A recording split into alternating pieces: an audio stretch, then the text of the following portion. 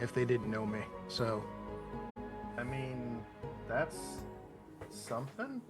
It's something. Exactly. I don't know how I'd feel about that one. I'd be a little upset at that one myself. That's just me, though. I was upset when they stopped. Aww. Oh, yeah.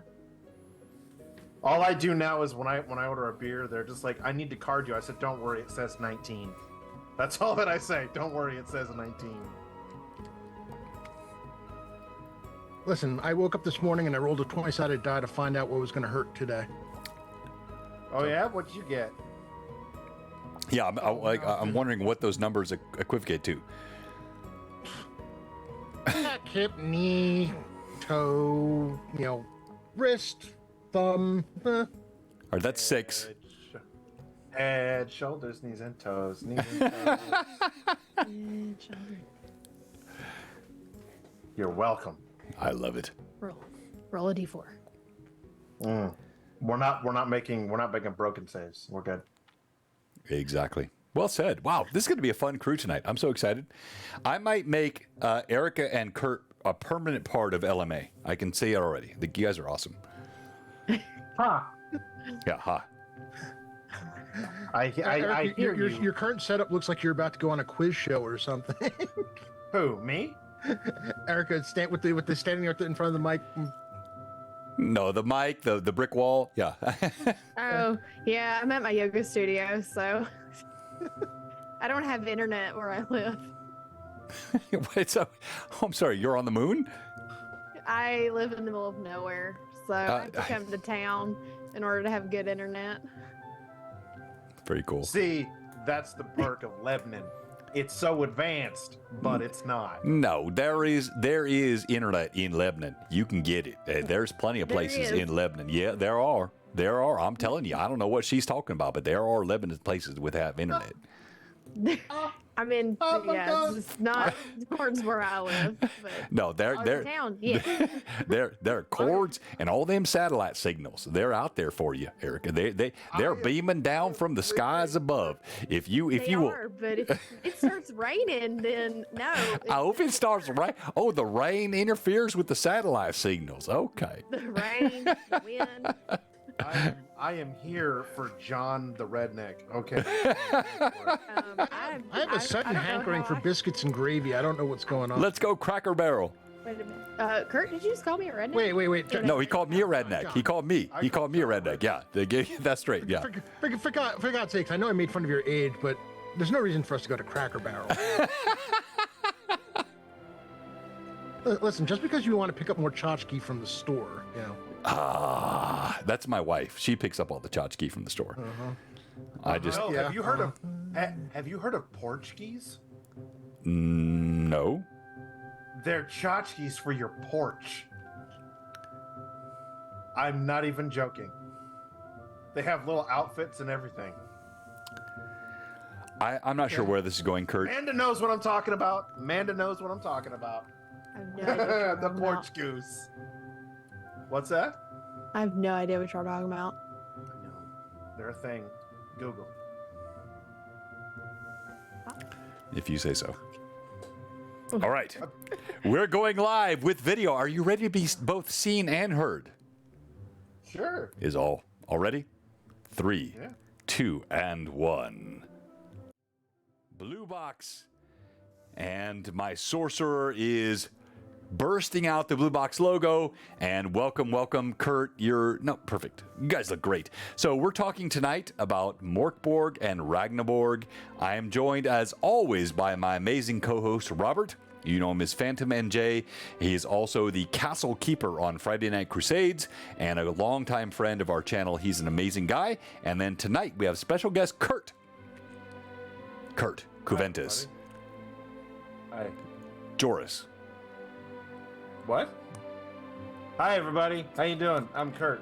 Hey, you'll find me at Covenant in the chat. That's me. That's me. I'll do this because it's fun. This is me.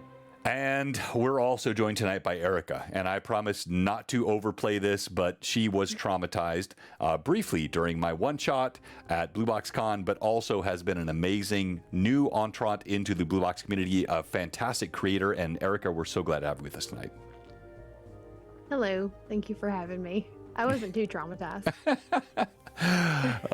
All right, so I have so many questions. I think Robert had the best question, which was, is this, with Rangnaborg, is it a module or is it a complete sort of TTRPG system that goes adjacent to that?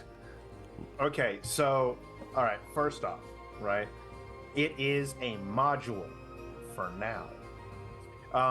Essentially what it is it is the first step, and it is an adventure that allows you a little bit of play and some very setting specific type characters. Everything that we present in Rangnaborg is compatible with regular Morkborg should you so choose. You like our Berserker class? Dope. You can use it in anybody who uses the Morkborg rule set, right? Because it's designed that way, it's engineered that way. But past that, it's not a campaign setting, and it's a little bit more than an adventure module. So it kind of falls in the middle. It's somewhere in betwixt. So, yeah, because I mean, the question I had was, you have Morkborg obviously, and then you have Pirate Borg, which is I'm assuming. It's completely self-contained, but I'm assuming compatible. So, yep. Is that where you went with this? That is the intent. Okay.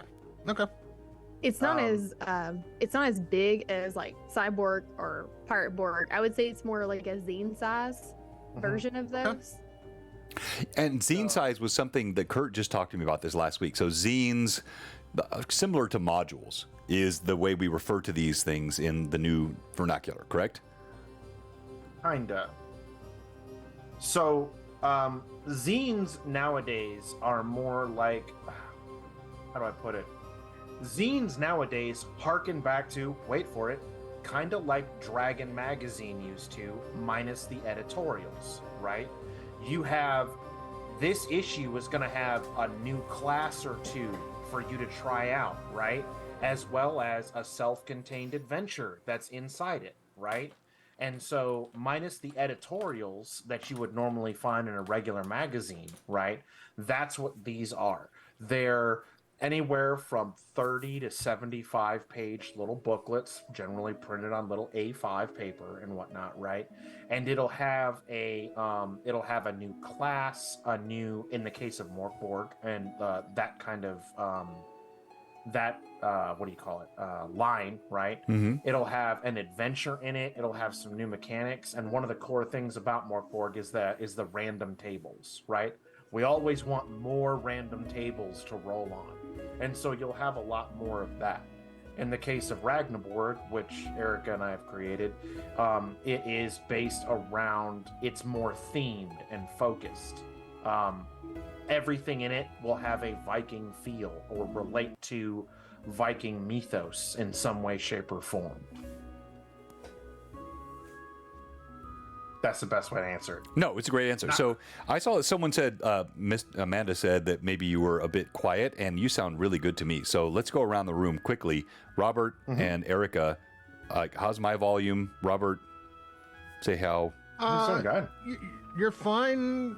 I mean, Kurt's fine to me, but I think it might be, if they're basing their volume off of how you sound, John, everybody else might be a little low, comparatively speaking. That's what I was fearing. So let's go around the room. Erica? I can hear you just fine, and Kurt, everybody. Yeah, everyone sounds... I mean, I hear everyone fine, but John, your volume always comes in a little louder than everyone else. Well, so. I'm sorry. I have that voice, but I can turn myself down, but I'm looking at the it seems like inside slobs, the volume levels are similar. All right. According to Amanda, it's just Kurt is a little quieter for whatever reason. Just me. Talk louder, Kurt. Yeah. Come on, Kurt. How about now? Oh, that sounds great. Louder. Okay, so I love that initial question. That's a good way to start out. And I have the most important question of the night tonight. Who won the arm wrestling contest between you and Erica for the title of Rangnaborg Heavy Metal tonight?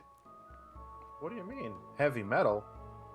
How so? There was no arm wrestling. There was no arm wrestling. She just wins by default because, I mean, I'm too scared to pick a fight with her in any capacity. As well you should be. Yeah, right? Yeah.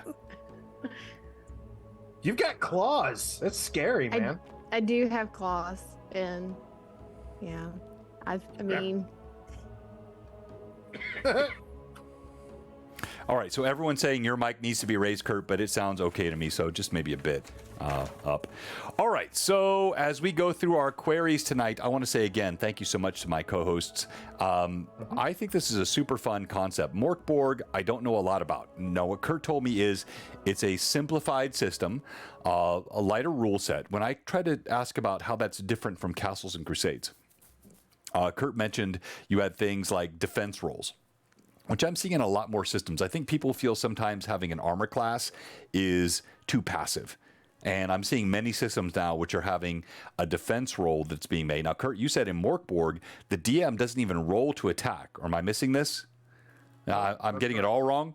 All right, correct me. No, you're right. No, In DM, like in Morkborg, the Morkborg rule set, it's a derivative of OSR, right? No, the only thing that the game master does in this setting, or in this rule set, is he just narrates the outcome of things.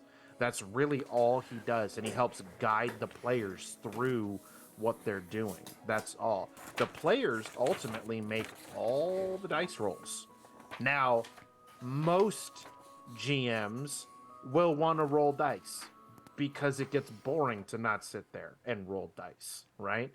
But they don't have to if they don't want to. Only the players do.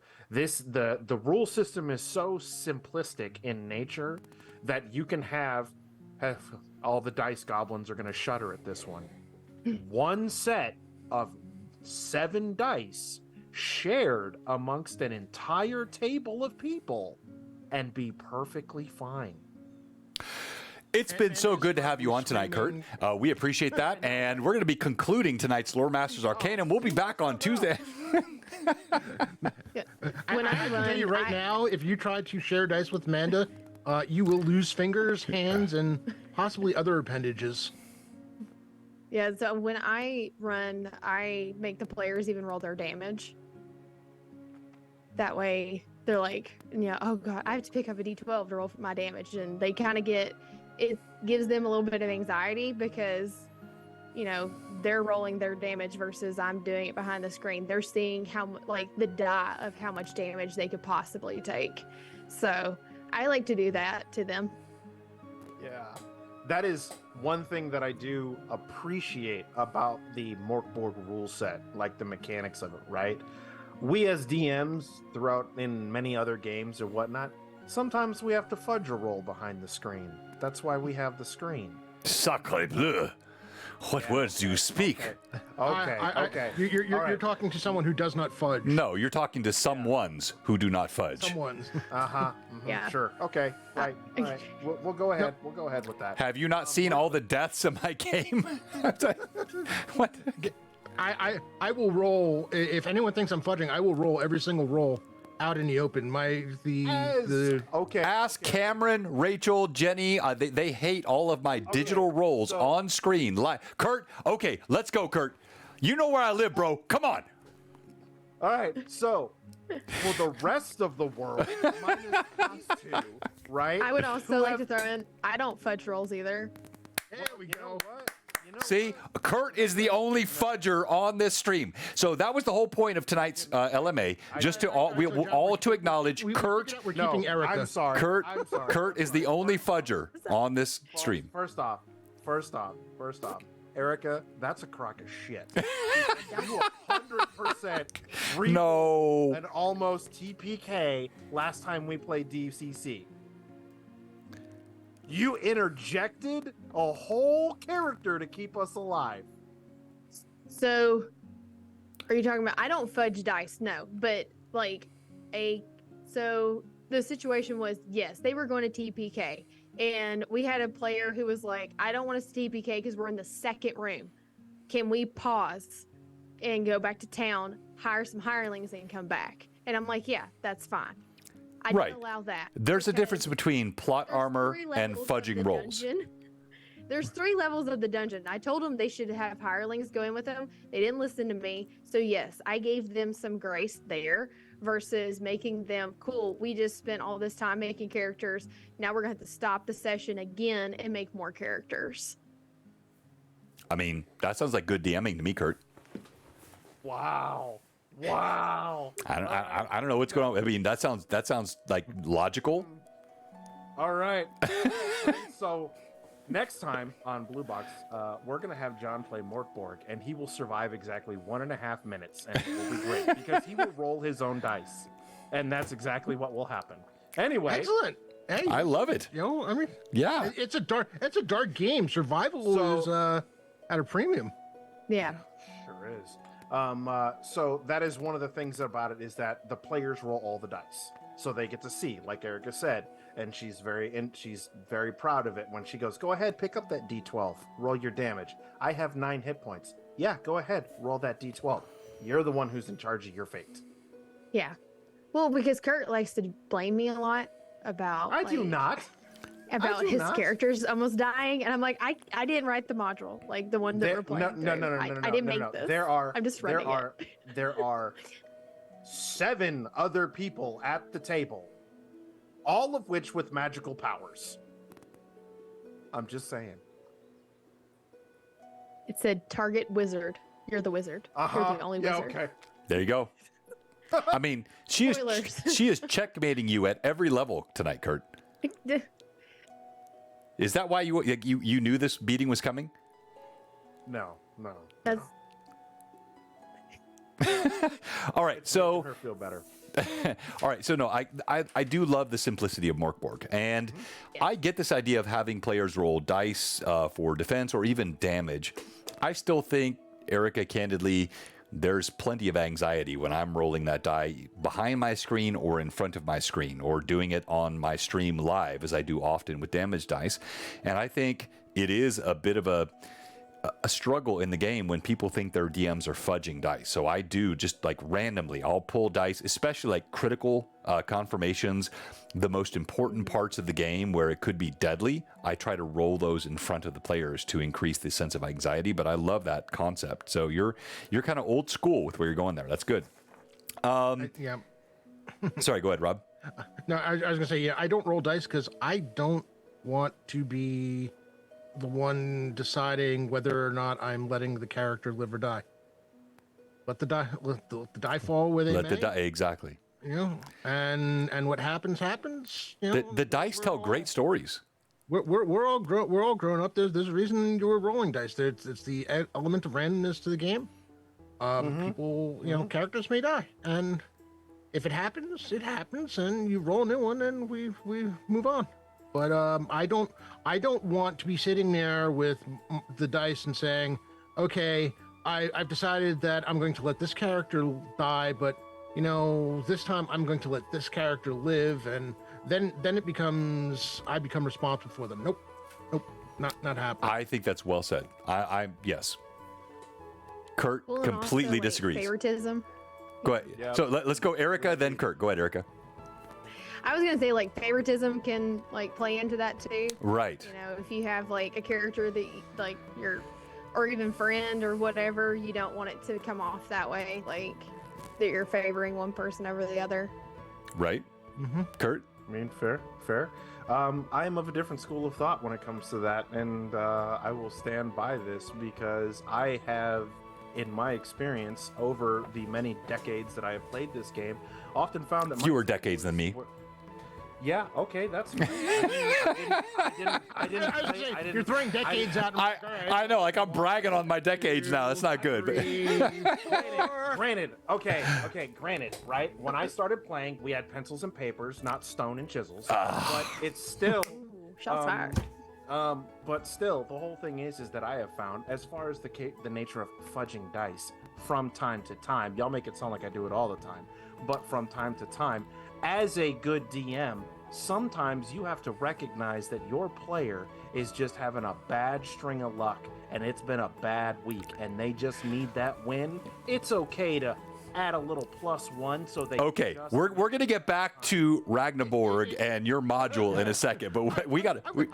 Here's the thing. Go ahead, Rob. You know, if it requires me saving my player's character because they're having a bad week, they're kind of missing the point of playing D&D in the first place. It's supposed to be the fun in the game and all that goes with it. If their week is so bad that the potential of their character dying is going to be the last straw, they probably should be taking the week off. Okay. Maybe a little harsher take than I would have had, but I will let that stand. For mental health, if you're in a mental state where your character potentially dying is going to be too much, then you probably need a break. And there's nothing wrong with that.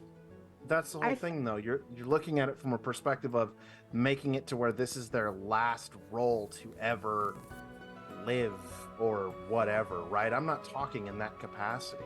I'm not talking in that capacity. I'm talking about a dude just needs to make a skill check, right? Like, okay, he needs to make a skill check. All right, well, whatever, right? The DC behind the screen is a 16. He's spent his luck. He's got his advantage. He's gotten 9 re-rolls being handed out from various things, and it just didn't happen. Okay, on the last one, yeah, dude, you got it. Congratulations. You cracked the lock that nobody could crack for whatever reason. Even though the DC's an average DC rating. Sometimes people need that. Yeah. I feel like this could be a cool topic for... I do too, Erica. Yes. Fudging dice. Yeah, so we've talked about fudging dice, but Erica, your point, like, I think this whole idea of... I'm sure I know Rob. Rob is a hyper compassionate person. Like he didn't mean that in any negative way, but you know, sometimes people use D&D for release and they use it for, we just lost a connection there. Hang on. Let me switch. I am prepared for this. It happens all the time. Connections are lost. There we go. Look what you did, Kurt. Kurt. My bad. No, Kurt, why how did you upset Robert so badly? I had an opinion. How dare you? No. Rob's not like he'll be back. It was a connection loss. Just playing. Now he's traumatized. No. So but I do think this idea that, you know, D&D is cathartic. D&D is sometimes it's something that I've had even in the last 2.5, 3 weeks, people message me that have gone through very difficult situations and trauma, and they love the stories that are being told, and they can be cathartic for them in game.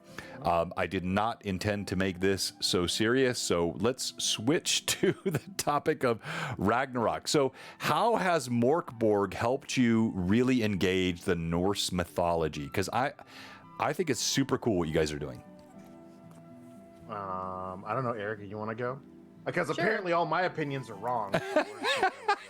No, they're not. You have great opinions. That's the beauty of it. Like when you're the DM, right? It's your table. You can run it however you want, and nobody can tell you you're running it wrong. That's exactly right. Like, unless you're being mean, and then that's not nice.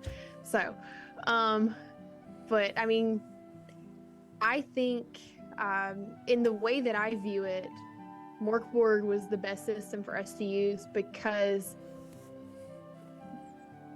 Vikings, to me, in the spirit of entering battle, is eventually to die an epic way, right? To reach Valhalla. It's not about, it's how you live and the battles you enter and how awesome you do in those. And if you, versus like hiding in a corner, like not being afraid, meeting a challenge head on. And that's what Morkborg, to me, kind of feels like. The deadliness of it is always about facing one challenge that can kill you, but you have to figure out how you're going to face it and deal with it, versus some other systems that are, you can use like they're a little bit more forgiving. Yeah. You don't feel that threat of okay, this could be my last battle, because you kind of like, well, we've got a diamond that we can resurrect you tomorrow. It'll be fine. Right. Or, you're high enough level that you've made clones of all of the characters, and all you have to do is go back to the clones and bring them, like I've had players do in my game before. And it's like, cool, we pull the clone out of the bag of holding and we put their spirit in it, and now they're back alive. Wow. Okay, you've done something I've never done in gaming, so that's cool. But no, I love that. And so a core of what we do at Blue Box, Erica, is there is danger in all of our games. Now, one-shots are different. So the only game you've played in was a one-shot, and one-shots tend to be more scriptive, narrative style. Get to a point, you've got a BBEG or a plot arc you're trying to get to within 3 to 4 hours. But if you look at the larger campaigns we run here, the crit tables add that element of you could die at any time. I try to bias toward players living using things like fate chips, but I do think it's fun to play a system like, if you looked at Gary Gygax in the old school D&D, they run you through those meat grinder dungeons, and yeah, you could expect to die. It was probably likely, and you would never really expect that character. Now, the limitation to that for me is the character narrative doesn't grow. Right? It's not something you build a relationship with over months or a couple of years or 3 years, but that's okay. It's a different style of game. Yeah? No? I agree. And like Kurt built our Call of the Valkyries, and that's kind of like our Hail Mary, I guess you would say. Kurt, if you want to explain what that is. Yeah, so one of the things that I like about the Morkborg system is it is essentially, I mean, to quote Marshall Mathers, you get one shot, right? Like, do not miss your chance to blow. Right? Like, you do. I mean, because you got to think about it, right? And it harkens to the whole, like, where, you have, you're trying to tell this against all odds epic type game, right? You're really trying to do that a lot, right? But a lot of times you also, in most other settings or whatnot, you can get around it with magic, right? Magic is with magic you can get around just about anything. However, with the Morkborg rule set, because it's so brutal and it's so deadly and everything like that, it's not that magic doesn't exist, but it's super limited, right? In its scope and what its capabilities are of. And so one of the big things with the telling of, like these sagas, right, is the idea is that you are the last vestiges who are trying to make their way into Valhalla, right? You want to enter those halls. But you're going to have the most uphill battle in order to do so. You are someone who has no noteworthy deeds whatsoever, right? Who must now create noteworthy deeds in order to make it to the end, right? Okay, so sorry, go ahead. That's what I like about it, is it presents a great opportunity for someone to really, really, like, in a single battle, have a saga-worthy end kind of thing, versus a need to have to, defeat a dragon at the very end to be notable kind of thing. That's why I like it. Yeah, no, so Kurt, we talked about that a bit, and with Morkborg, the idea is that all the heroes are gone. Right? So in the core Morkborg system, this grim dark has gone truly grim and dark. It is that everyone that is left behind is essentially a failure by core, but you have the chance to find the fields of grain, the Elysium fields, which is then something you've tied. I don't want to say too much about your module, but I love the footsteps that you've talked about. This is a different style of like heroism, and I like that. It's really fun because making death glorious in a heroic way is part of great storytelling, and I think that's what you're trying to tie into here. Am I right in that, Erica? So Erica, then Kurt. Kurt, you're next. Erica's first. No, you're good. Go ahead, Kurt. All right, Kurt's first. You're next. Fine. Okay. So that's where we came into in the Call of the Valkyries, right? That is one of the things that, I mean, we'll talk about the Call of the Valkyries. It is one of the things that I absolutely love about it. And one of the things that I didn't necessarily like about Morkborg, right? Okay. One of the things I didn't like about Morkborg was when you reach 0 hit points, right, you roll on a broken table, right? And from that broken table, you either are going to die within 1 to 2 hours, you're fine, right? Or you're just dead, period, right? And so I was just like, as harsh, I guess you could say, as I like that, I also didn't feel that it really grabbed the idea of like the Viking mysticism with it, right? So the way that we have kind of interpreted that was, yes, you still roll on a broken table, right? You do. You still roll on a broken table. However, if you get the dead result, right, then you roll on what we call the Valkyries, right? Because only those who are worthy are sent, Odin's Valkyries will come down and they will take you to the great halls and things like that, right? So you roll a die depending upon where you are and what's happening inside inside the game where you're at, right? And you have two really interesting outcomes and then a whole lot of no, right? Right. So you have an option of your saga is not yet written and you're brought back to life. The Valkyries revive you with a single hit point to continue to prove yourself worthy to enter the halls of Valhalla. Or you are killed, right? And you are sent to Helheim, to the land of the bitter cold, and because you didn't do enough, for lack of a better term, or your end was worthy of a saga, and the Valkyries take you, and they take you to. I love this is. I think I'm getting the vibe here now. This is why I felt initially I was like, if you're someone like I typically run games which go 3, 4, 5 years, long-term campaigns, this feels like it doesn't fit. But if you're looking for something glorious, pick up some dice, sit down with a few people, play for a few weeks. This is super fun. The mechanic increases the roleplay motivation, right? Yeah, that's the idea. The entire idea behind the Morkborg engine is as John and I were talking about the thing at coffee last week, right?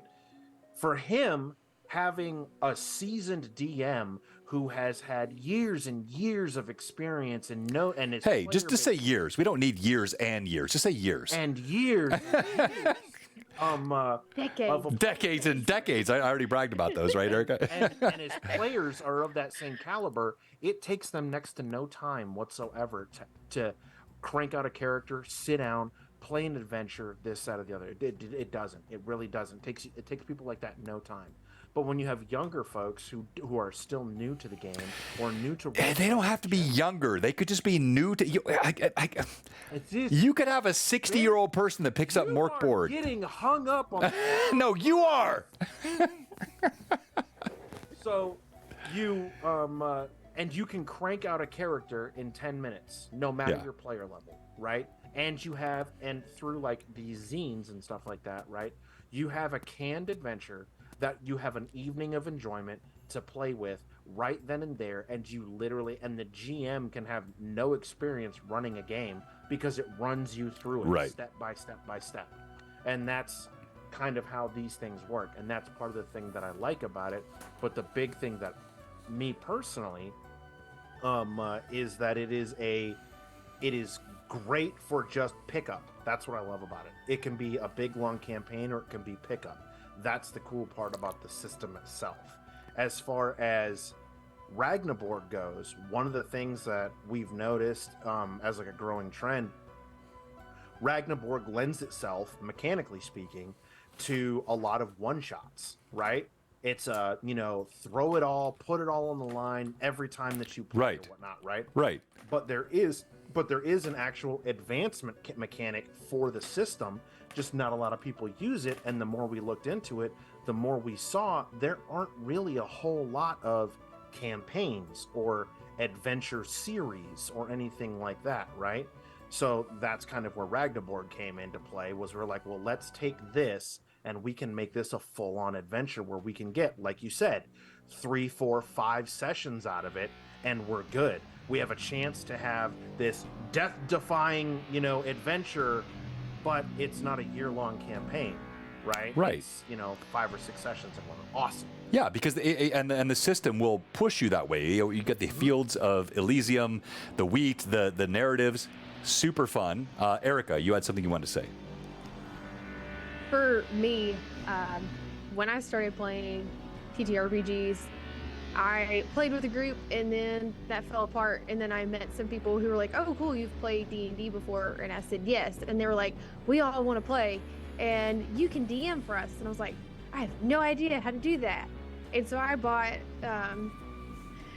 Ravenloft, and I thought, "Oh, I'll just read this." And I had no idea how to read that. That was the thing that when Kurt and I were talking, I was like, I didn't grow up playing. I found this in my early 20s, and I wanted to make sure, like, if you are new to Morkborg, or if you're new to running, or whatever it is, you don't look at our book and you go, I don't have any idea or clue how to read this or how to run this, because that's how I felt when I picked up Ravenloft, and I didn't know what to do. And so I Googled and I looked on YouTube, and I was like, everyone said the first thing you run should be sewers. So they went to the sewers. And so that was something that I had told Kurt. I was like, I want to make sure that whoever is running it, it's easy for them to run, because you don't know who's going to be using your book. And I'm not dragging Ravenloft. I love Ravenloft, but it's not exactly beginner friendly when you have no one to ask for advice. Oh, that makes so much sense, Erica. Oh, yes. That's like the.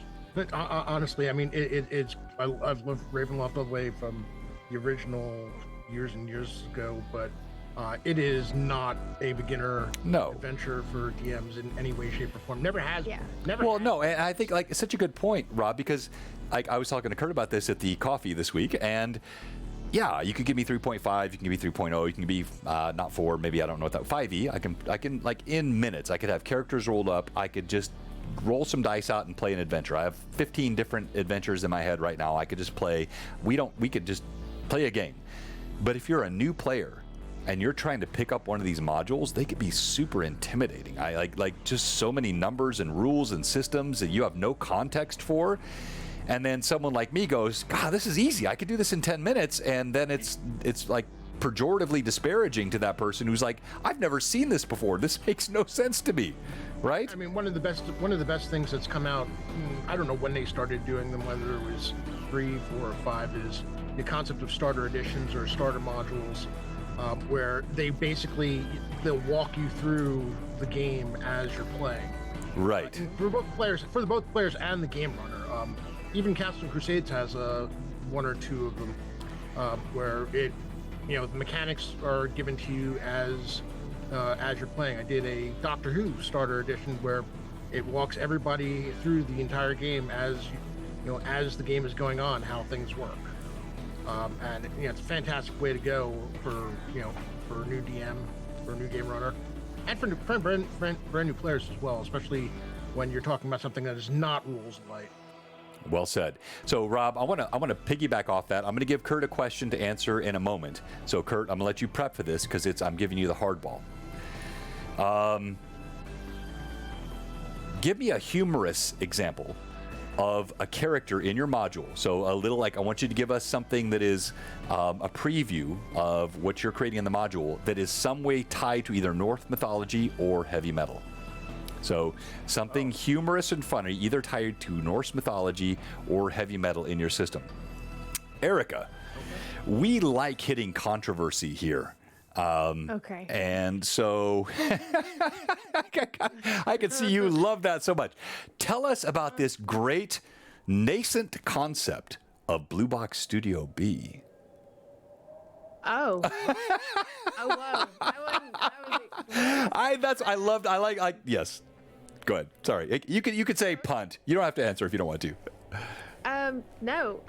So it's just it's an idea that I threw out to Kurt, and I didn't know if y'all would be interested in it. Do you want me to go into great detail? And whatever detail you have is fine with me. I think it's a great idea.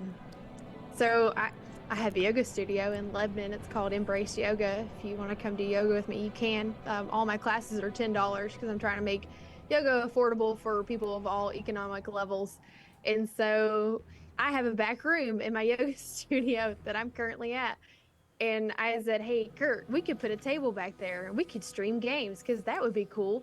And he goes, yeah, we should totally do that. And I was like, yeah, I mean, maybe one day. And he goes, no, we should totally do that. Now. So, um, so I guess after Gen Con, I will probably just start cleaning that room up. So we can eventually maybe one day do that. I'll help. I'll come out there with you. I'll help you set up tech. I have extra cameras. I have extra audio equipment. We can make it work. Yeah, I think it's a fun idea. So this would include possibly additional in-person games. And Kurt is perhaps DMing, and Erica has said that she would love to DM at some point. She just doesn't ever want to play in one of my one-shots again, which I totally respect. I'm teasing. He's lying. I'm lying. I'm teasing. So Kurt, tell us fun character. And by the way, Erica, I love that idea again. I think what you're doing is great, and I look forward to hopefully helping you with that process and seeing some games played there in Lebanon. Yeah, for sure. Kurt. Okay, so I don't get to take credit for this, even though it is an Erica thing, because so literally all of the funny stuff in this entire module comes from Erica. So I can't take claim on this one, right? I was the straight-laced guy for the majority of the writing of this, and she brought in all of the extra stuff, right? So as one of the things is we have what is called one of our magical items or specialty items for the game. We have what is called the Pot of Camaraderie, right? That was going to be my answer. Yep. Oh, okay. Now, okay, so those of you, and I'm pretty sure everybody in the chat will agree this, have seen the 13th Warrior, right? Mm-hmm. Okay. Yep. Remember in the beginning how they're passing that bowl around where they're all washing their faces and blowing their boogers in it and washing out their mouths and stuff like that, and Antonio Banderas is completely disgusted by this, right? So there's a whole history behind that bowl, right? That bowl traveled with groups of Vikings. It was generally 1 or 2 per ship, right? And it was a bowl of camaraderie. A communal wash bowl. A communal wash bowl, because it served 2 purposes, right? It was a what's mine is yours and what's yours is mine kind of thing, but it also strengthened their immune system, because whatever one person was exposed to, they were all exposed to, right? So when I tell my kids to go play in the dirt, I am doing the same thing, right? Kind of. Yeah. If you follow it up with each other's boogers, then but use the same neti pot. Right. Yeah. Maybe different. One of the things that it does do, right, in Morkborg as well as in Rangnaborg, right, you have luck. These are your rerolls. There's not really an advantage system of any kind in this, right? So you get rerolls through the form of luck, right? And so for the Pot of Camaraderie, once per day, the pot is passed around the players, right? And anybody who partakes in it, right, gains an additional 1d4 plus 1 Loki luck that they can use at any point in time throughout the next 24 hours of gameplay, right? So it gives them they have a potential of getting 5 rerolls that they can take advantage of, and the rerolls aren't limited to just themselves. They can utilize the Loki's luck to have another player get a reroll, or make an enemy reroll a damage die, or something along those lines. It's all a matter of just how you kind of use it. But that is one item that is somewhat comical, but is rooted in Viking lore and legend. I like that. That's really cool. I want to come back to you, Rob. So we talked a little bit about rules-like systems, and I want you and Kurt to discuss this. As always here on LMA Blue Box, we don't mind engaging in difficult conversations. I think that's part of how you have progressive and good thought process, dialogue, debate. Mm-hmm. Castles and Crusades, made by Trollord Games, our sponsor, great folks, Chuck, Steven. It's a pretty lightweight system, harkening back to OSR, 1E, 2E, but you've even noted, Kurt, and it's okay, like don't freak out, that you feel this system is perhaps still a bit complicated for its effort to be rules light. And I think this is around feats and skills, whereas I argue with Robert, I think CNC is too light because I like the crunchiness of 3.5 or Pathfinder 1E. So I want to come, we got plenty of time. We're only 6:11 here, so there's ample time. We're going to come back to the module. But on this system sort of lore process, rules light, crunchy, easy, elegant, hard. What are your thoughts on CNC and TLG versus Morkborg? Oh wait, am I going first or Rob? You're first, then Rob, then me, and then Okay. Erica, and then we'll yeah. First. I talk first. Okay. Yeah, you talk All right, first. So, all right. So here's the thing behind it, right?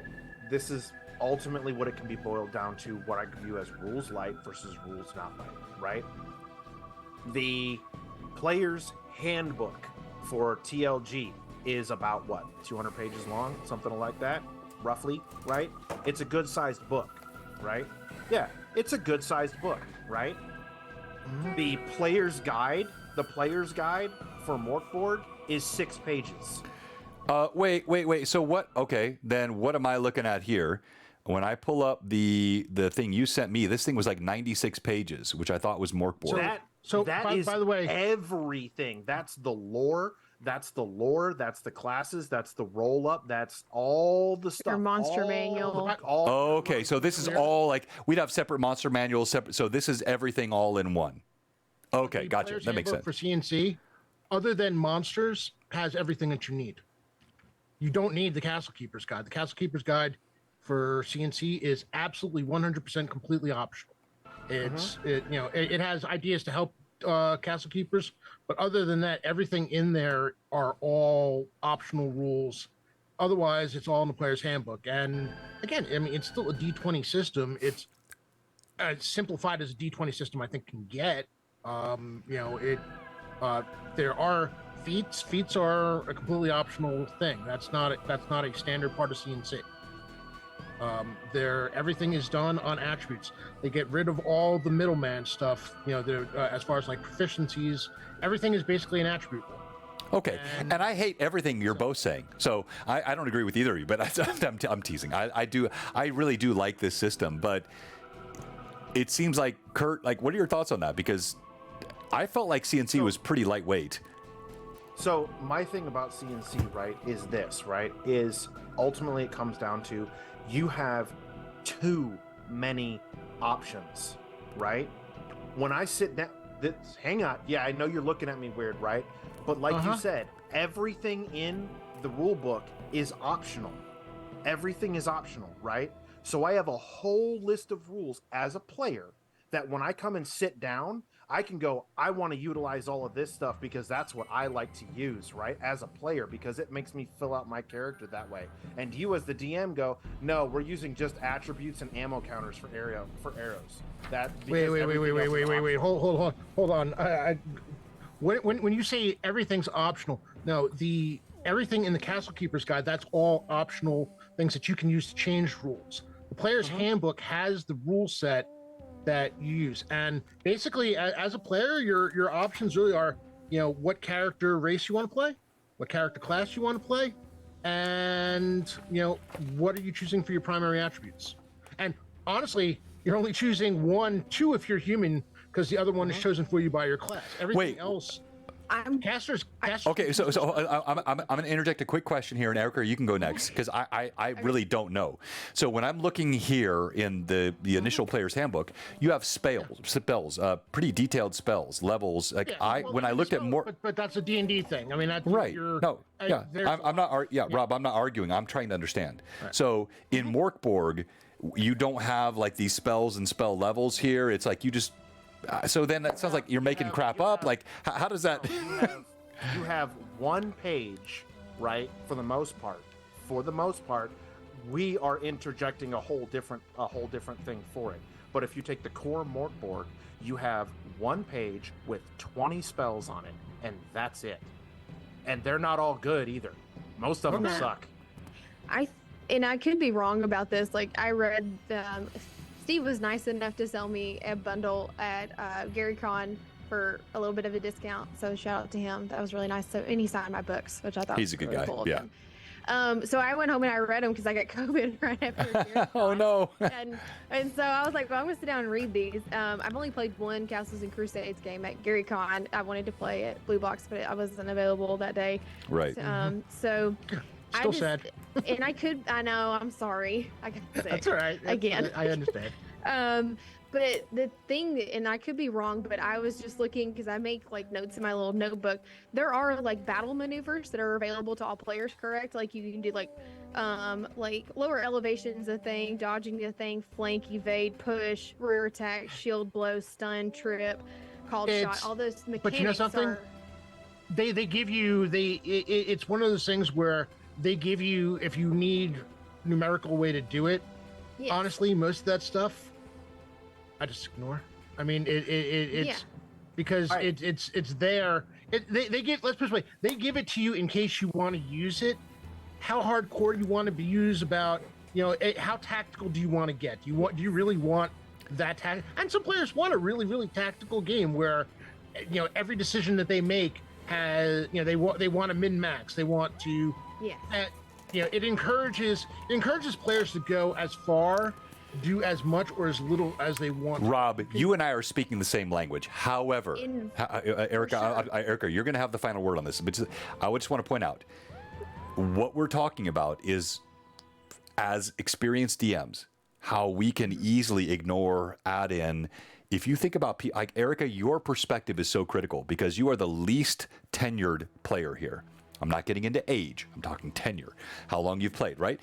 If you were to open up this original Blue Box set, the Expert Edition, which is what we're monikered off here, it's a very simple set.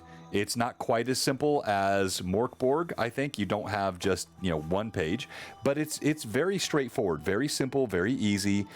Most of this is adventure information, and what you're saying is, as a new player, what seems easy to me or to Rob or to an old timer like Kurt, it's a lot of information which is much more easily picked up inside of a system like Morkborg. Is that what you're saying? What I'm saying is all of that is stuff that you have an option to do, right? And I think opportunity attacks and withdrawal attacks, however you want to phrase them, is a thing as well. I know it's a thing in like DCC and 5e. None of that exists in Morkborg. There are no, you get a D20. Cool, what can I do with it? I can cast a spell. I can hit something. I can use a class ability. There is no battle tactics because there is no movement restriction, right? You don't really use a battle map. It's sure, you're 20 feet away. You can run up and hit something and run away. That's how rules light and not crunchy or mechanically, that it's not made for that. I've played Pathfinder. Pathfinder is more crunchy and or 5th edition, by the time you've leveled up and stuff, your character sheet is multiple pages. Morkborg, you have a piece of paper and everything you need is on that one piece of paper and that's it. Well, I despise the use of paper. And that's it. I'm sorry, what'd you say, Erica? You might be able to do 3 things and right. That's it. But it's up to you as a player not to fall back on cool, what kind of things can I do with this spell or whatever. It's up to you as a player to get inventive with those 3 things that you have before you to pull something off. Sure. It challenges you more as a player, I think, when it comes to simpler systems BC or Morkborg or even Castles and Crusades versus 5e, versus relying on, like Kurt had said, spells, you have to be more inventive as a player to solve your hurdles in front of you. I have a couple of questions I want to follow up on, but I don't want to. Go ahead, crew. That's not to say that Castles and Crusades isn't a light system. It's not saying that it's not a light system. It is a light system compared to standard D&D, Pathfinder, Call of Cthulhu, any of the other major staples that exist out there, right? It is a lighter system than those. However, I do believe that the Morkborg engine is lighter than Castles and Crusades. Sure. Oh, yes. Yeah. Well, I'm not saying that it isn't, but I do you know, like I said, having run Castle and Crusade enough, and the fact that I've been able to run people, and I've only been running Castle Crusades for 3 years now. Basically, my time with Castle Crusades kind of coincides with my time here at Blue Box. Over that time, I've run some 60 people through their first game of Castles and Crusades, and it was easy enough, regardless. And some of them had lots of gaming experience. Some of them had no game experience. All of them were completely in the swing of things within the first 15 minutes of gameplay. Okay, that's the same argument I made, Rob, and I think that's what we're saying is, as DMs, we can do that because we know the system so well. You've only played CNC for 3 years. It still requires the player. I've got players that still have been playing for years and still don't understand how 5e. But can you carry that player in a game? My wife, God bless her, she would be the first one to raise her hand. Daisy Bell, Cade, fantastic role player, can barely keep track of a single stat. But we as the table and I as the DM can help that player along. If you had a DM who was new, not like you, Rob, even with 3 years in CNC, but you have all these other years of DMing. And again, like, I still have other problems with this system I want to dive into, so I'm not arguing with you. But I think the point is, it's really easy for us who have DM'd for a long time to say, I can introduce any player, get them up to speed, get them running quite quickly, because I've done the same exact thing. But if I'm a new DM, that's a harder thing. Is that fair? I mean, sure. It's for new DM, but even then, the rule set is still such that my first session of Castles and Crusades for Friday Night Crusades, I'm pretty sure was the first session I ever ran for Castles and Crusades, because I thought it was initially the one that we did on stream. But we started FNC before that first Blue Box con. Right. Okay. But Rob, again, the point is strength, intelligence, wisdom, constitution, dexterity. Like all the basic core systems, whether it's thick or right. Whereas you had that. I mean, again, I want to move on here because I'm really on the same page with you. I do think. Sorry, go ahead. You still have to be able to. You still have to be able to run the mechanics. Regardless of the fact that it looks sort of the same. There are definitely strong differences, and you still need to be able to pick up quickly what those differences are and how to work them. And agreed. Again, I was able to basically the blind leading the blind lead a brand new party of people through their first session while I was running my first session and only playing in my second session. Yeah, makes sense. I know. And look, I agree. I think CNC is a very simple system. I love their tool. I like Pathfinder. I think my system is simple, but it's because I know it so well. I'm going to come back and I'm going to challenge Erica. I want to let you speak first, and then I'm going to challenge you on something. So speak and then be prepared because I'm coming. I agree with Kurt. Like, that was kind of my point. Like, right. I think that you have Pathfinder 5e, and then it's kind of like CNC, DCC, and I think Morkborg takes it down here a little bit where it is, mechanically, it's a little bit less. Right. Mechanically it is. Like, it's like Honey Heist. It's even less, right? Honey Heist. Right, exactly. And that's, for me, I regret being like, hey, you've never played a TTRPG. You don't even know how to read these dice. Let's play 5e together. I wish years and years ago, I would have started people with simpler systems to get their foot in the door and just to understand what is happening versus something that I feel like 5e can be a lot for people.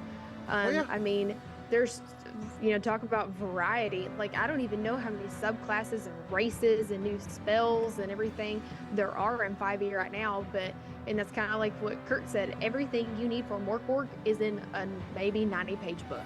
That's Let me put you this way. No, Kurt said it was a 2-page book. I said it was 96 pages. For 96 player for the player thing, the player sheets, he said.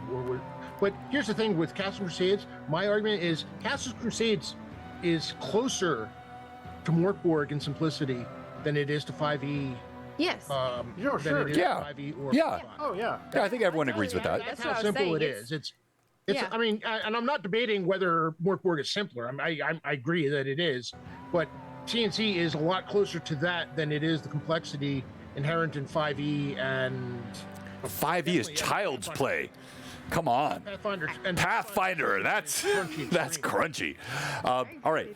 For sure. Yeah, so I want to pivot here. I have one more question for Erica, and then I want to pivot again to this incredible module. So much of what Kurt has told me is super fun, and I always like taking things. I could take the story that you guys are building and put it in any system, right? So I don't like you're building it for Morkborg to keep it easy, but the story that Kurt told me you guys are crafting, I think can transcend any system. And in fact, let's go there first. I'll come back to my challenge for Erica in a second. Let's go to your adventure system. This module sounds super fun. What can you tell us that's not spilling the beans too much? In what regard? Like, that's kind of a loaded question. So it's one of I want to know as much as you can tell us about what you guys are building. I mean, you've got a really cool Norse mythology. You told me about the footsteps in the So what we can tell you without kind of like giving it away. Right. Yeah. Is that we have several classes, which we can talk about those classes. Those are fun. Those are really neat. We have several classes, and the concept of this adventure module is based around the idea that you are, for lack of a better term, drawing off to draw a parallel for you, you are the 13 warriors. You are the ones who are destined to save the realm in some capacity, right? However, as we all know in Ragnarok, right? Ragnarok is not an isolated event, right? It is several different sagas that take place, right? And as we all, not to get, as the expression goes, churchy on everybody, right? But the idea of what time is in the heavens versus what time is on the earth, right, are two very, very different things, right? So when you read about the sagas and you read about this, right, it doesn't seem like there's a whole lot of time that transpires when you're reading the sagas. But when you read the saga, you realize you're reading it from a god's perspective, right? Not as a human's. So the idea is that you are doing all of these activities, you are doing all of these adventures, all of these actions, these encounters and whatnot, while the gods are Jormungandr and Thor are literally battling in the skies above you, right? But to you, it looks like slow motion, right? But to them, it's normal speed, right? So while they're battling in the skies above you, you're doing these things down on the ground below them. Who are you going to help? Are you going to help Jormungandr, or are you going to help Thor? Are you going to fall to Loki's traps and deceits as you're moving along? Or are you going to be stalwart and die the way a true Viking should die and have an end worthy of a saga? Worthy of a saga! Love it. I see, Marcus, I see the fields of Elysium, the grain fields, wandering through as you head to Valhalla. I mean, that is something. Oh, one thing, right? One thing, because I have noticed there are a few, we'll say Viking buffs when it comes, like people who are like real big into Viking lore and stuff like that. I want everybody to know we have a disclaimer when it comes to this, right? Just so you understand. And I wanted to read this disclaimer because I thought it was kind of funny, right? Disclaimer: Rangnaborg is a work of fiction and a dark and twisted take on the events outlined in the myth of Ragnarok, right? This work is by no means a literal take on Ragnarok, nor is it done by worldly scholars. This is done by a couple of people with access to Wikipedia and some. All right? Okay? So we are just some folks who like metal and we like Vikings, Viking legends, right? So grab your meat horn, sharpen your axe, and fight your way to Valhalla. Don't take it seriously. It's basically we watched Norsemen on Netflix. Just do that. Good show. Love it. You were losing me there for a second, then you said Norseman, and I am right back in. Yeah, we're all sucked right back in. Yeah. You dare insult your chieftain? You dare insult your chieftain? All right, so I love that. That is so much fun. And so we're going to see this game played on Blue Box. Yes, Kurt? Sure. And DM'd by Erica. Oh. And you will be a player, right, Kurt? Sure.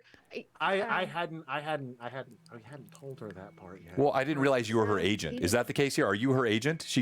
No, I'm not. No, feels like it at times. That's her. No, that's her own woman. She does her own thing. I mean, I guess, sure. I bought an outfit to wear, like to dress up as a shield maiden while we're at Gamehole Con. I love it. That person, and I have a very nice friend who made me a shield, and I'm gonna paint it this weekend, and it's gonna have symbols on it that tie into our module. Oh, I have some really cool symbols for you here.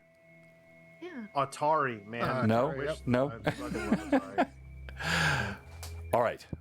Viking lore, not Blade Runner. Yeah. How can we support this? Like, where can we see it first? Is there going to be the Kickstarter's coming? I think, right? Yes. So, what the whole premise is that we are creating this zine, right? And there will be a Kickstarter with a simultaneous launch. A Kickstarter launch when Gamehole Con starts in October, right? We will have approximately 200 copies of an early print, right? Because that's what our budget could allow for. And the first 200 copies of it will be sold there, right? And then we will have a Kickstarter. This Kickstarter will fuel further printings, as well as a couple of other things that are going to be happening regarding this particular idea, and where it's going, for lack of a better term. So there's far more to say. We're only telling you what we know. Just know that once this is complete, there will be a Kickstarter that happens in October through Talon and Claw. They are the people who are funding this, right?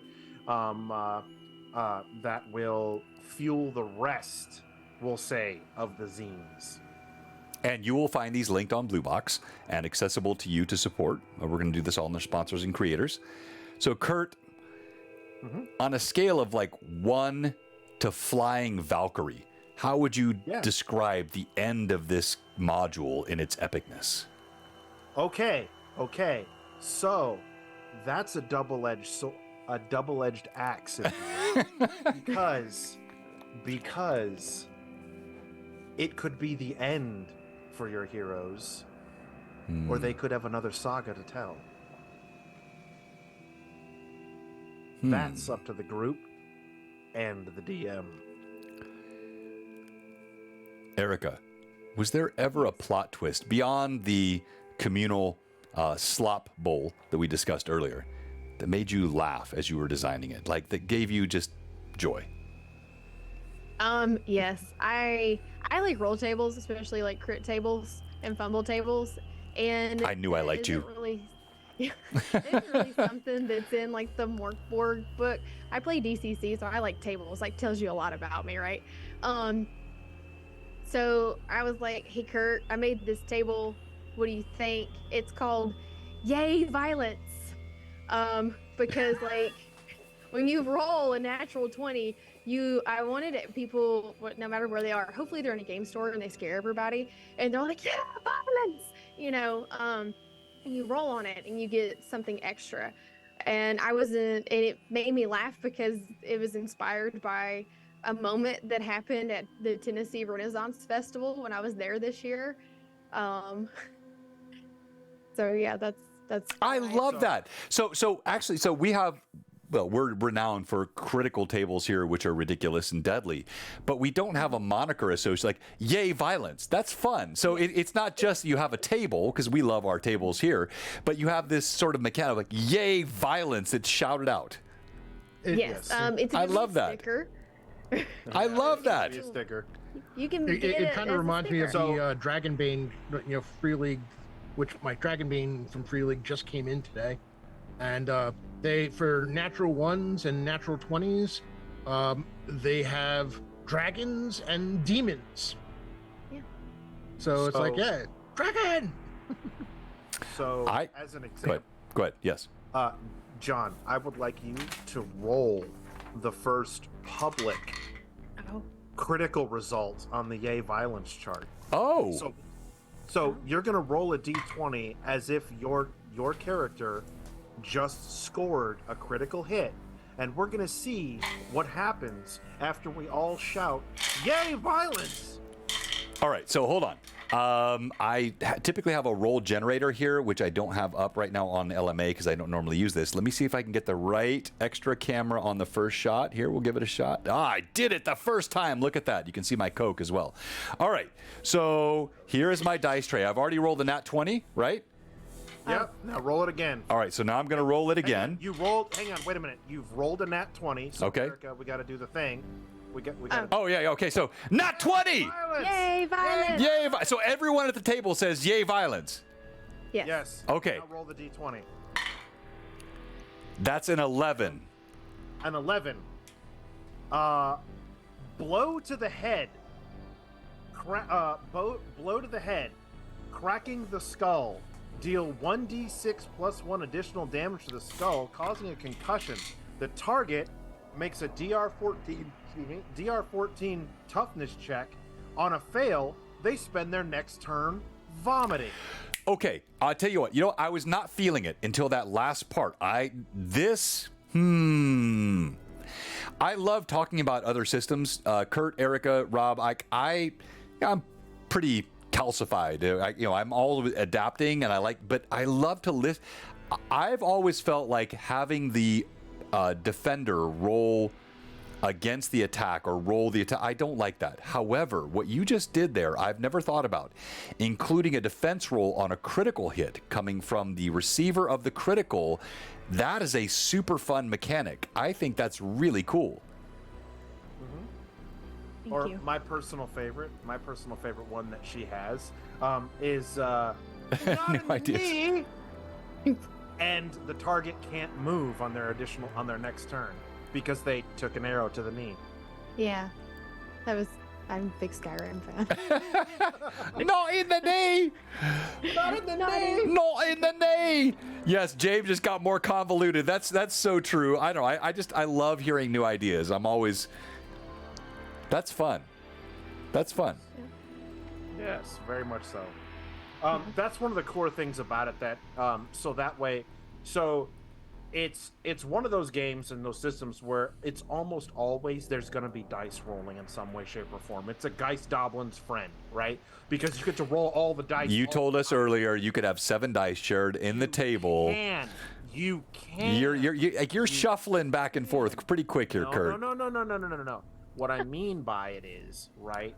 What I mean by that is that it is very, very easy for you to be able to pull this off with minimal, the absolute bare minimum of requirements needed to be able to sit down at the table to be able to do it, right?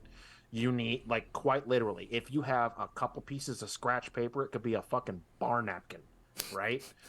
Okay, and a pen and one of these books and a handful of multi-sided dice, you're good. You can have hours of enjoyment with a whole table full of people, right? Yeah.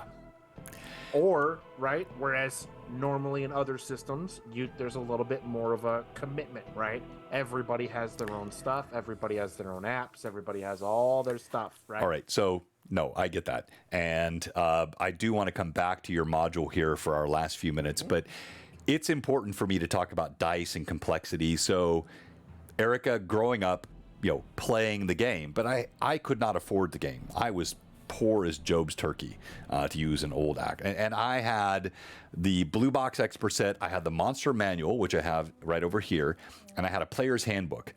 I could not even afford the DM's guide, and I would scrape together modules. Judges Guild was my friend because they were so cheap, and I could grab those Judges Guild modules. But I could still get a game together, scrap together. And dice, oftentimes, all I had were D6. Because, you could lose your D20. And if you couldn't just go to the game store and buy multiple D20s, I even tried to show the crew here at Blue Box Con, it was an epic failure, how to roll a D20 when you don't have a D20. Does anyone remember how to do that? It's so easy. I learned this because I was poor growing up. So don't hate on this. How do you roll a d20 when you don't have a d20? Let's say you have a d10 and a d6. Oh, well, that's easy. It is. A 1 and a 2 is 0. Nope. And a 4? No, it's a 1? It's easier than that. Easier than that. It's super easy. Roll a d10 and roll a d6 to find out if it's odds or evens. One is not odds. No, not odds or evens. Not odds. So 1 to 3. 1 to 3 is 1 to 10 on the. Exactly. 1 to 3 is 0 in the tens column. 4 to 6 is 1 in the tens column. Tens column. Yep. Right? So a d6 and a d10, if you've lost your d20, which this was a thing back in the day, we don't have that anymore, you could roll a d6 and a d10, and your d10 would be your ones column, and your d6 would be your tens column, and you've got a d20. So a 0 on the d10 and a 4 on the d6 is a nat 20. A 1 on the d6 and a 0 on the d10 is a 10. It works. Today I learned. Yeah, it's a super. Today I learned. It's I would say, okay, yeah. If you were ever, anyone out there, if you're ever in a situation where your phone is like now today, we just roll it digitally. You don't have a d20. You don't have a way to roll. You have a couple of d6s and a d10. You can make a d20 roll with a d6 and a d10. 1 to 3 on the d6 is 0 in the tens column, and 4 to 6 on the d6 is a 10 in the tens column, and then you add what's in the d10. It's a super easy way to do it. Now, Erica.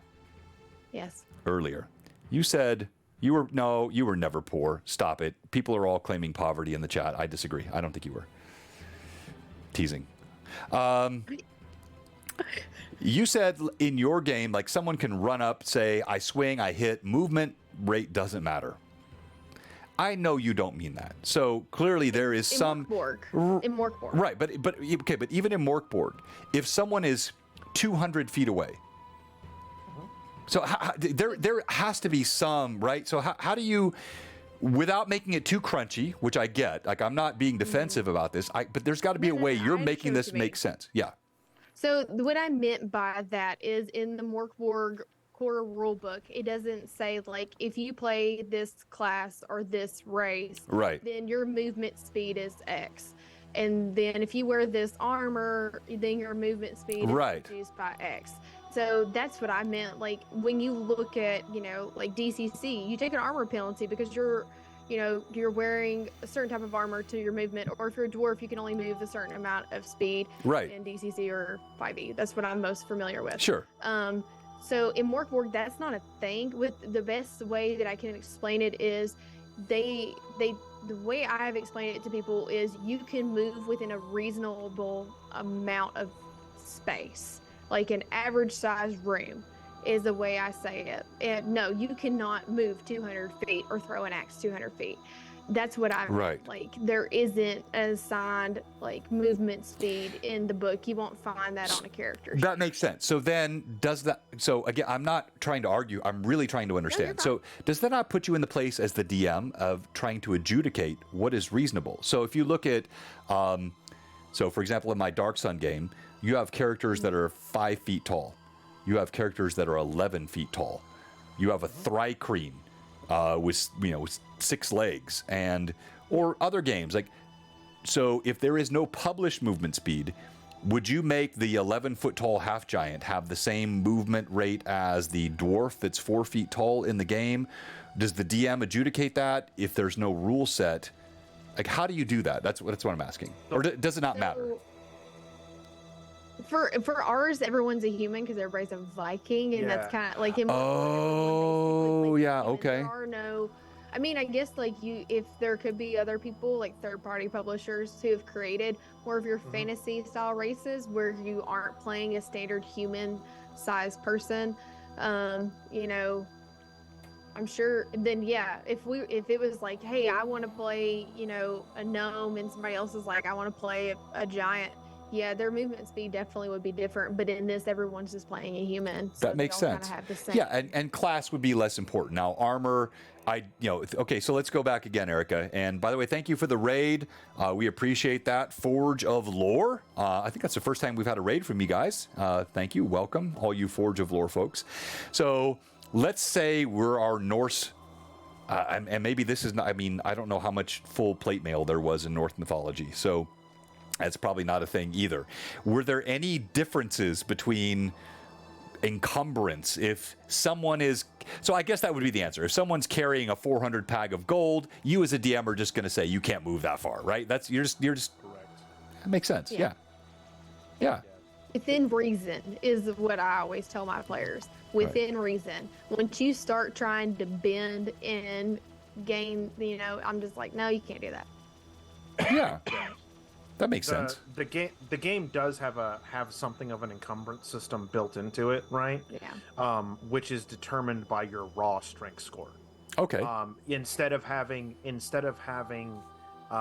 weight values for things, you have essentially items. So depending upon what your physical strength score is, determines the number of items that you can carry.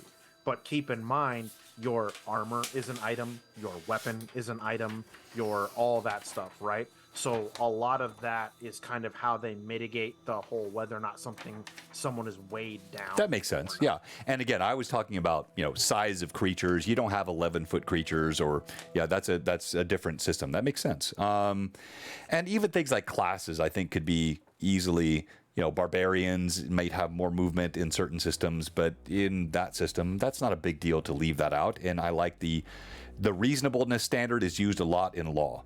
As someone that deals with the legal technology industry, reasonableness is a standard that's always applied in law. And I feel like that's what you guys are saying here. You've got a base core rule system.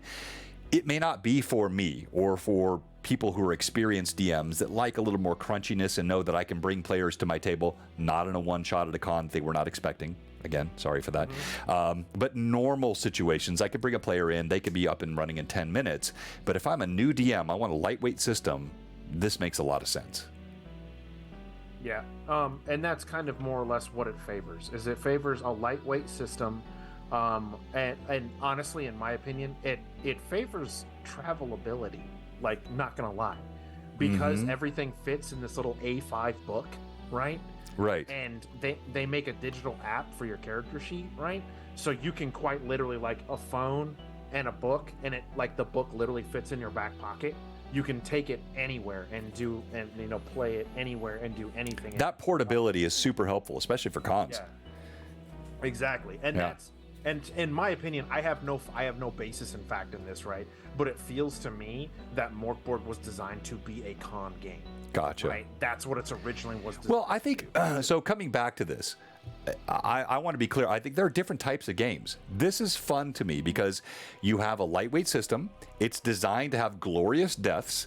If you think about what you're designing, even with the footsteps, and there are 7 of them, going to a con, these things all lend themselves to not necessarily a one-shot per se, although it could be a one-shot, but a few sessions, which could be a few weeks or a few months. I'm not saying these are like irrelevant lightweight, but they don't have to be long-term multi-year games. These are really, it's a fun system to do this with, and it makes it easier for the DM to pick up. Whereas whether it's Pathfinder or Castles and Crusades or traditional D&D, these are often designed for long-term, multi-layered, multi-year campaigns. Not always, of course, you do one-shots, but the system supports it. If you're counting the steps to Ragnarok and likely to die every single session, it's probably a little bit less canted in that direction. Am I feeling this at all? No, yeah, you're right. You're right. The idea behind this adventure, right? And I have no problems putting this out there. As far as this goes, right, is ideally if you are either brand new or we'll say seasoned, right, player to this game, it should take you on average between 3 to 5 sessions at about 2.5 to 3 hours of like solid gameplay, right? And you've completed the adventure. That's awesome. That's a great way to play the game. Mike, Necromantic DM, posted in the chat. It also helps with players that want to change characters all the time, right? Like, not everybody wants to play, right? So you just want to like lightweight. I want to chill. sit down, have a piece of pizza. I don't want to think too much. I don't want to build a complex backstory. I don't want to get involved with John's multi-layered narratives. I just want to roll some dice, kill something, play a game. That's fun. And for some people, like I have a friend who she has a chronic medical condition that messes with her memory, and she has tried to play 5e with me multiple times, and 5e is just so much for her. But when we go to cons, or even like, if she wants to play with us, we play Dread, because Dread is something that she can play. Erica, that is so, I mean, honestly, I've never heard that said before. I've never had that brought up. It's probably going to be me in 20 years when I can't remember anything, but like, I've never heard that said. Like, so yeah, wow. Okay. Accessibility is something like my husband's, he doesn't have memory issues, but for him, he gets overwhelmed by the 5e character sheet and all of this stuff. But he really loved playing Morkborg when we play tested. Kurt ran for us, and he was like, "This is awesome. Why didn't we play this?" And I was like, "Well, it didn't exist when we started playing during 4th edition, so because that overwhelmed him." I mean, I'll be honest with you. I think both 5e and Pathfinder, at least Pathfinder 2 and probably Pathfinder 1, really required access to the digital tools. Yes. Because they've gotten to the point where it'd be impossible to look at a standard character sheet. I could not. I talk about the ease of bringing characters into my game. I could not do it for Pathfinder 1e without RPG Scribe. Yeah. It's too complex. Right, but with RPG Scribe on the phone, the digital tool, I can get them up and running quickly. But without that, unless they were all as experienced a player like a Thomas or others, it's going to be hard for them to do that. I wouldn't want to play Pathfinder 1 or 2 or 5e. I would not want to do it without digital tools at all. Yeah, I'm happy to do it CNC, but not with those two. There's I would. Too many things going on. I would, but I wouldn't want to bring new players or inexperienced players into it. But I think we're saying the same thing. It's like, I feel like you and I, Rob, we could probably sit down and grab a couple of folks, and we could have physical character sheets and play a game of 5e or Pathfinder 1e, and we'd be okay. But to bring new players into that, it's super complex. Without the digital tool, I don't think it works. All right, so maybe at the start, I think 5e when it first came out, it might have been possible. I wouldn't. There's okay. too many things now. That makes sense. Yeah. There's so much been added on. Well, because and you get these 5e players. I'll take Thomas as a great example. Thomas started playing 5e. He came and joined with Blue Box, and within months he was totally sold on the crunchiness of PF1E and the Blue Box style of gaming. But that's how he thinks, and he was already experienced with 5e. And if I'm conflating this, you can clarify, but I'm pretty sure this is what he said. If you know how to play the game, you're experienced with it, and you like crunchiness, then you want to maybe go on to something more complex, and that's fine. Some people like checkers. Some people like chess. Some people want to do Sudoku. Some people want to do crossword puzzles, right? There's no pejorative condemnation of that. That's just how we all are.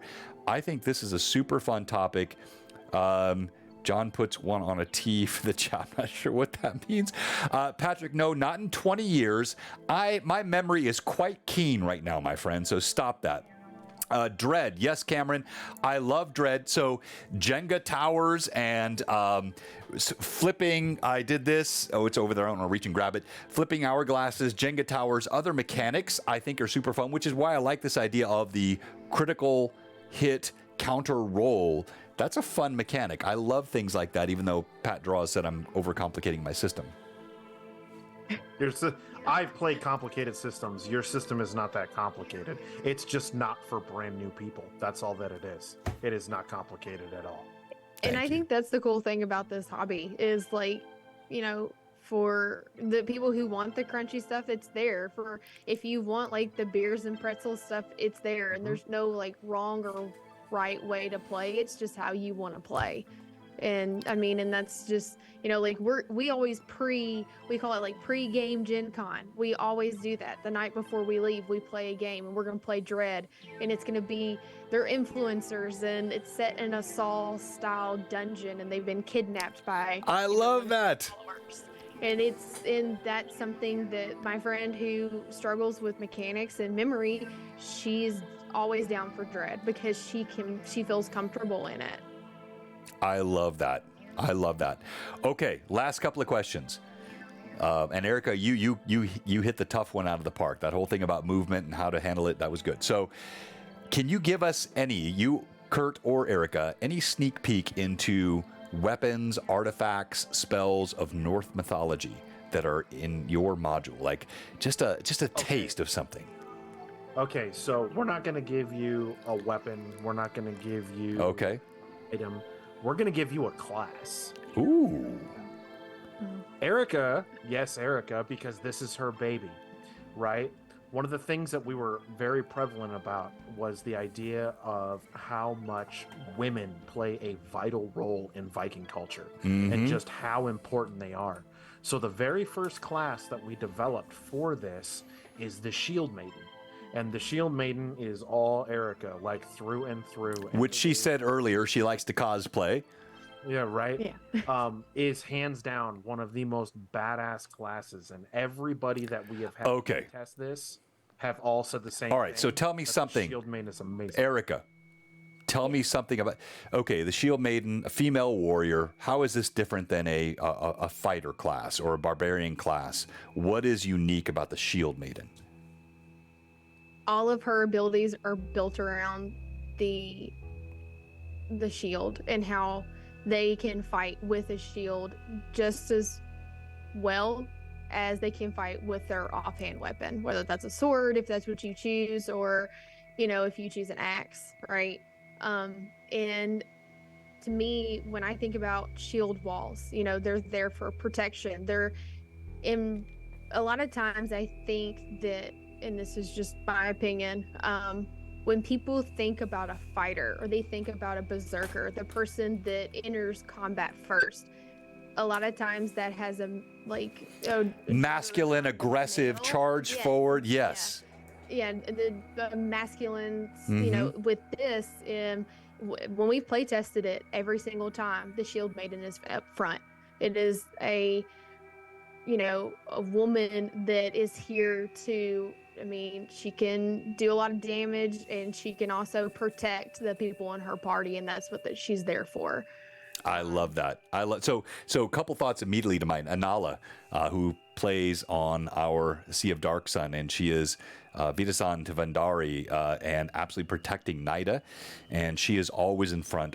But then also you have a non-gender-based structure, which is the Dwarven Defender. The Dwarven Defender in your Pathfinder system was this shield wall with full plate and this long tower shield, which basically covered his head, and he was a protector and defender. But I love this engagement of the Shield Maiden as a concept. And so that shield could then be used not only for defending the party, but I'm assuming offhand you said bashing perhaps, or different sorts of shield attacks, bonuses. So that's super cool. She can leap with it, she can throw it, she can counter with it, she can protect with it. That's awesome. Yeah. So what I did was, this is going to sound kind of ridiculous, but this is how I think. I went on YouTube and I watched a bunch of videos on how people actually fight with shields and the Viking style fighting, how they would use the shields. And I came up with the concept of the class abilities based around how they actually would fight. My father-in-law is basically he's like a ninja, and I he's done weapons training with me, and I thought, well, if I'm going to write a class that is all about how they fight, then I need to know how they fought. And so that's kind of what I did. There's some really cool videos on YouTube of people teaching you how to fight with. All right, so I'm looking at a bunch of them. Erica, I'm gonna share this. This is how we're gonna wrap up tonight's LMA. Yes, you never know what's happening on LMA. Don't think you do. Wait, that can't do that. Hold on, sorry, wrong thing. I don't want to share that way. I want to share this way. There we go. All right, so shields, top 5 pros and cons. Medieval shields in battle, how might they have been tactically? Spearmaster rates, sword fighting as it was for the Vikings with shields, Viking era. Any of these? Yeah, there's like two guys that are sparring with a shield and a sword. Is it this that one? I watched them. Hang on. I'll pull it up here. You should be able to see it on the Twitch stream. I think it might be this one. I don't know.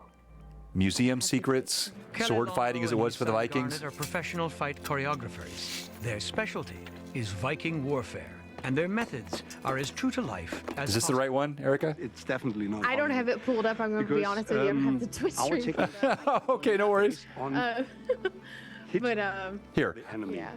I'll share my screen, which is going to break the whole Twitch stream. I don't care. It's fine. So take a look at this. Is this the right This one? is why we use these dull swords. It's have no point, and it's Yes. 2 millimeters. It's the right one. wide. Okay. Yeah. All right, good. So you can't injure somebody. So the striking areas are the upper arms, the shoulders, the torso, and up I like how he says legs torso. to the knee. I do too. Like any choreography, the correct first position is critical to success. The main part is that you always have the sword in front, so that it always is a danger for the enemy to come in. So even if you move forward, then he will be instantly hit. And when you do it on the other side, just make a big movement, like in Hollywood, then I will be dead. Or even these silly things like turning around. I can't even go around. So this is Hollywood, and this is not how we fight. It would be silly if we just go straight forward to each other. Because when we do, we can easily just protect ourselves.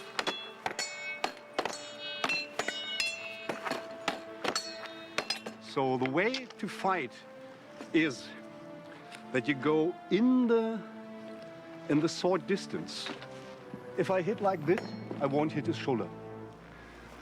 But when he have the shield at the same height, I just go straight around, then and go out. So the body movement will not be the front direction. It is always side steps.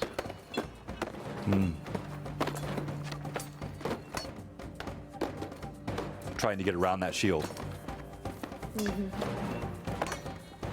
So this is how the way to fight. This is how the way to fight. The way to fight. This is how the way to There's fight. another really cool one where there's like a bunch of people that like they enter into almost like the flying V in Mighty Ducks. There's a couple on there that are pretty cool. I love it. All right, so super fun. So two things here. One, again, we're going to feature this when the module's out on Blue Box Con. We'll have the Kickstarter up soon. Two, I really want a shield maiden in my game. So we're going to have to figure out how I can take what you guys have done and incorporate it into my Pathfinder 1E 3.5 style system. I think that's a fun concept. Oh, it's already been discussed about how can we convert some of these into other systems, specifically the classes. What do you mean other systems? You mean my system? Sure. All right, so thank you so much. This was super fun. I really enjoyed this conversation. Again, we will be following up with all that you guys are doing. The Morkborg system, lightweight, seems very simple, easy to use. And with each of these, this idea, as Erica said earlier, like beer and pretzels, chill out, play a game beforehand, whether it's someone that maybe wants that lightweight system for whatever reason. Could be many reasons that someone would want that. Or as a precursor to a longer con. I would love to do this. I would love to jump into a game. My wife played Pirate Borg with you, Kurt, and she said you were a great DM. She said it was super fun. Because like she picked it up quickly. She played a pirate. She got to yell and roll a few dice, and it was a great time. That is a very fun system. And I think we're going to have to add this yay violence. I don't know. Like, is that okay? Can we still say that today? Can we say yay violence? Am I going to get We were canceled? screaming at Ren Fair, so that's where Okay. it came from. I mean, Yeah, violence. Yay, violence, yeah. Yeah, yay, violence. Well, when you say it, it seems so unthreatening, Erica. Oh, sorry. I can be more give it a menacing if I need to be. Yeah, you shrugged the shoulder. You said, like, yay, violence. Listen, if we can play games called Viking Death Squad, I think yay violence is perfectly acceptable. Okay. All right. Yeah. Yay, violins. No, we're not going to say yay, violins, Patros. Yay, violence. Friday Night Crusades coming up on Friday with our amazing Castle Keeper. And it is a little violence is always fun as a treat. Yes, Cameron. We're going to see Shield Maidens on Blue Box. The next of my characters that dies in one of my streams will likely become a Shield Maiden. I'm calling it here first. We will be supporting whatever you guys push out on Kickstarter. We will have you come back when that's live. And as always, thank you to my lovely co-host, Robert. Well done tonight. Thank you, Erica and Kurt, for joining us tonight. I'm going to give the final word to the three of you as I get ready to raid Jay. But not all of you at once, please.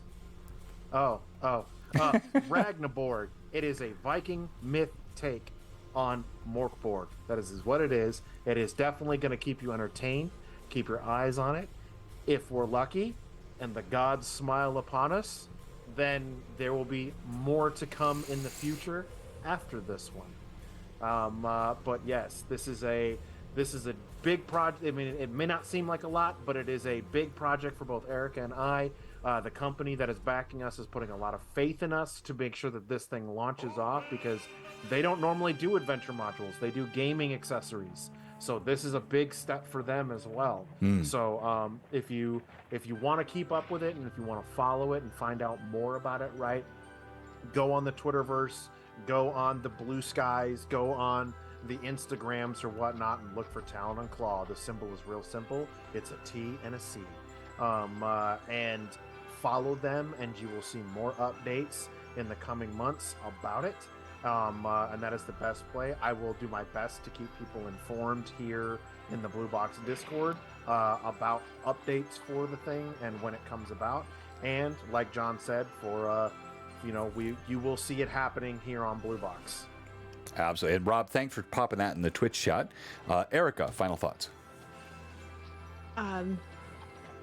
This is my first writing project, so I'm super excited, and I owe it to Kurt because he didn't have to bring me in; he chose to. So kudos to him for putting his faith into someone who has no clout.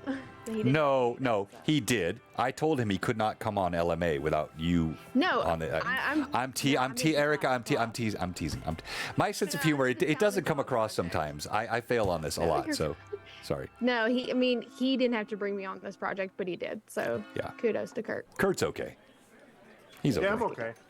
I'm okay. Well, you've already been called younger, and your hair is better. So. I mean, I don't know about that. Y'all, look, okay, I may have it from here up, all right? Okay? But John definitely got it, like, from here down. I'm not sure what you're saying. This is a PG show. Rob, final thoughts. Yeah, no. As someone who's making his way through the poetic and prose Eddas, what this place needs is more Vikings, always. Agreed. More Vikings, more Shield Maidens. With that, Blue Box is signing off tonight. Thank you for joining us all. Thank you for being part of Loremaster's Arcanum. You guys are going to be welcome back anytime. Fun show tonight. And with that said, we raid Lord Gazumba. That was fun, guys. I really do want a Shield Maiden. Yeah. Yeah, for sure. We'll figure it out for sure. Yeah.